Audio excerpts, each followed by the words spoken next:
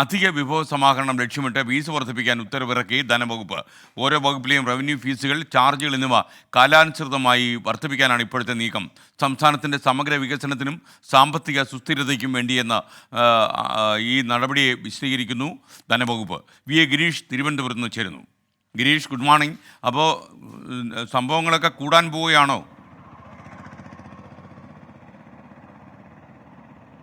Good morning എസ്കൻ. ഈ ഫീസുകളും അതോടൊപ്പം തന്നെ മറ്റ് ഫൈനുകളുമൊക്കെ കൂടുന്ന ഒരു സാഹചര്യത്തിലേക്ക് എത്തിയിരിക്കുന്നു. ഇത് സംബന്ധിച്ച വിവിധ വകുപ്പുകൾക്ക് ഇപ്പോൾ ധനകാര്യ വകുപ്പ് അനുമതി നൽകിയിരിക്കുന്നു. ഫീസുകൾ വർദ്ധിപ്പിക്കുന്നതിന് വേണ്ടി സർക്കാർ വകുപ്പുകൾ, അതോടൊപ്പം തന്നെ പൊതുമേഖലാ സ്ഥാപനങ്ങൾ, സർക്കാരിൻ്റെ സഹായം വാങ്ങുന്ന ഗ്രാൻഡ് ഇൻ എയ്ഡ് സ്ഥാപനങ്ങൾ എന്നിവ പൊതുജനങ്ങൾക്ക് നൽകുന്ന സേവനങ്ങൾക്കുള്ള ഫീസും അതോടൊപ്പം തന്നെ സർവീസ് ചാർജും വർദ്ധിപ്പിക്കുന്നതിനാണ് ഇപ്പോൾ ധനകാര്യ വകുപ്പ് അനുമതി നൽകിയിരിക്കുന്നത്. ഇതോടൊപ്പം ഫൈൻ വർദ്ധിപ്പിക്കുന്നതിനും ഇപ്പോൾ ധനകാര്യ വകുപ്പ് അനുമതി നൽകിയിട്ടുണ്ട്. ഇതിന് വകുപ്പുകളെ ചുമതലപ്പെടുത്തിക്കൊണ്ടാണ് ഈ ഉത്തരവ്.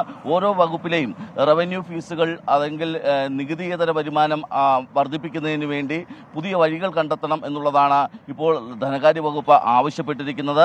26-ന് മുമ്പ് ഇത് സംബന്ധിച്ച ഉത്തരവ് ഓരോ വകുപ്പുകളും ഇറക്കണം.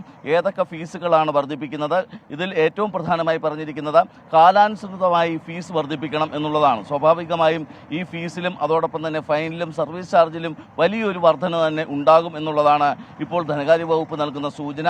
ഇതിനു വേണ്ടിയിട്ടാണ് വകുപ്പ് മേധാവികളെ ചുമതലപ്പെടുത്തിക്കൊണ്ടുള്ള ഈ ഉത്തരവ് ഇറക്കിയിരിക്കുന്നത്. SKN പറഞ്ഞതുപോലെ സംസ്ഥാനത്തെ സമഗ്ര പശ്ചാത്തല വികസനത്തിനും അതോടൊപ്പം തന്നെ സംസ്ഥാനത്തിൻ്റെ സാമ്പത്തിക സുസ്ഥിരതയ്ക്കും വേണ്ടി എന്ന വാദം ഉയർത്തിക്കൊണ്ടാണ് ഇപ്പോൾ ധനകാര്യ വകുപ്പ് ഇത്തരമൊരു നടപടിയിലേക്ക് കടന്നിരിക്കുന്നത്. നേരത്തെ കഴിഞ്ഞ മന്ത്രിസഭായോഗം ഇത്തരത്തിൽ ഫീസുകൾ വർദ്ധിപ്പിച്ചുകൊണ്ട് സംസ്ഥാനത്തെ വരുമാനം വർദ്ധിപ്പിക്കുന്നതിനുള്ള ഒരു തീരുമാനമെടുത്തിരുന്നു. അതിൻ്റെ കൂടി പശ്ചാത്തലത്തിലാണ് ധനകാര്യ വകുപ്പിൻ്റെ ഈ ഉത്തരവ്.